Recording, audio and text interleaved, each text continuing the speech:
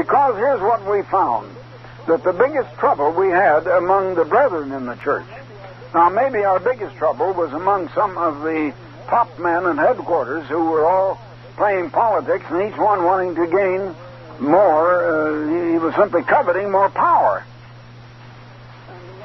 And there was a conspiracy to get rid of me and have others take over.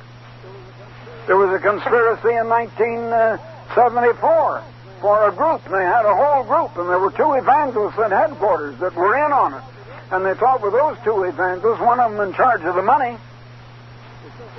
It's just like the one in charge of the money that turned traitor to Jesus, you know, Judas Iscariot. He was in control of the money.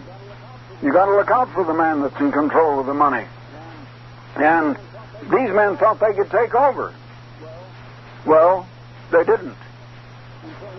And so they formed a new church and called it the Associated Church of God, and about 35 ministers went out with them and went out from God's church.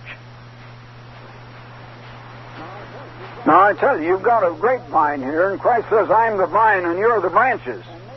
And maybe there are 35 of those branches that say, well, we're going to cut off and form a new grapevine of our own.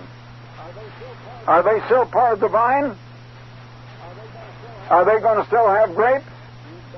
You bet your life they won't. No, sir. I tell you, if you get cut off from the church, you're cut off.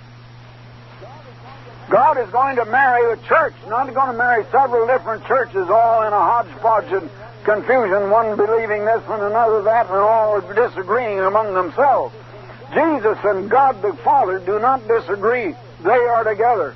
And the church, as Paul said, as we read in the first chapter when we were studying this book, that we must all speak the same thing. There must be no divisions. God isn't going to marry a divided church. He's going to marry a church that is one. Jesus' prayer was that He would keep us one, even as He and the Father are one. And we've got to be as much one as Christ and the Father are one. And we need to know that.